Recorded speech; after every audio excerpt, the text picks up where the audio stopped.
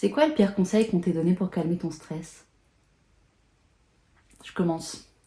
Moi, c'est à l'époque où je faisais de l'eczéma et on me disait tout le temps mais arrête de stresser, arrête de te gratter.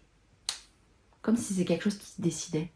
Le stress, c'est une réaction physiologique de notre système nerveux qui veut juste nous signaler que quelque chose ne veut pas. Donc dans mon cas, à une époque, ça se manifestait par des crises d'eczéma très intenses.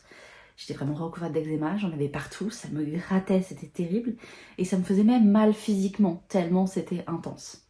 Et ce qui est intéressant par rapport à ce conseil de arrête de stresser ou arrête de te gratter en l'occurrence, c'est que généralement, la journée, je faisais tout pour me contrôler. Et mes plus grosses crises d'eczéma, là où je me grattais le plus et où je me blessais le plus, ça arrivait la nuit dans mon sommeil, au moment où je ne contrôlais pas. Si je te raconte ça, c'est parce que j'ai envie que tu comprennes que c'est pas parce que tu ignores un problème qu'il disparaît. Et au contraire, au moment où tu vas oublier de l'ignorer, c'est là qu'il va ressortir. Et ben c'est exactement ça qui se passe avec ton stress. Quand tu essayes de l'étouffer et de faire comme s'il n'existait pas, c'est comme si tu lui donnais de plus en plus de force parce qu'en fait, il a besoin d'exprimer quelque chose, ce stress. Il est là pour te signaler quelque chose. Mais toi, plus tu l'écrases, plus il va ressortir fort. Le problème du stress, c'est qu'il est perçu comme quelque chose de très négatif.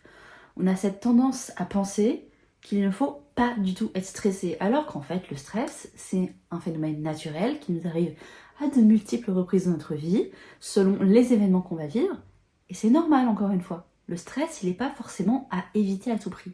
En fait, quand cette personne te dit arrête de stresser, c'est aussi débile que si cette personne te disait fais en sorte que tes cheveux arrêtent de pousser. C'est pas quelque chose qui peut se contrôler à la simple force de la volonté. C'est des réactions physiologiques de ton corps, de ton système nerveux, qui expriment des choses et qui fonctionnent tout simplement. Si tu ressens du stress, moi j'ai envie de te dire c'est une bonne nouvelle. Tu es un être humain qui fonctionne. Donc tout ça pour te dire que le fait que tu ressentes du stress, ça fait pas de toi une personne bizarre, une personne bancale, une personne qui a un problème. Non, c'est simplement le signal que ton corps et ton système nerveux fonctionnent. Et en fait, simplement, il y a quelque chose qui se passe et ton corps, il essaye de te faire comprendre que dans ce que tu vis, il y a quelque chose qui ne te convient pas. Si tu ne me connais pas, je suis Ingrid Demey, je suis coach et thérapeute holistique depuis 2016. J'accompagne les femmes à être bien dans leur tête et dans leur corps, en développant leur confiance en elles et en se libérant de l'anxiété. Si tu veux plus de contenu et de conseils sur le système nerveux et le fonctionnement du stress et surtout comment t'en libérer, je te laisse t'abonner à mon compte et à ma newsletter. Je partage des contenus exclusifs avec des astuces qui fonctionnent réellement pour te libérer du stress.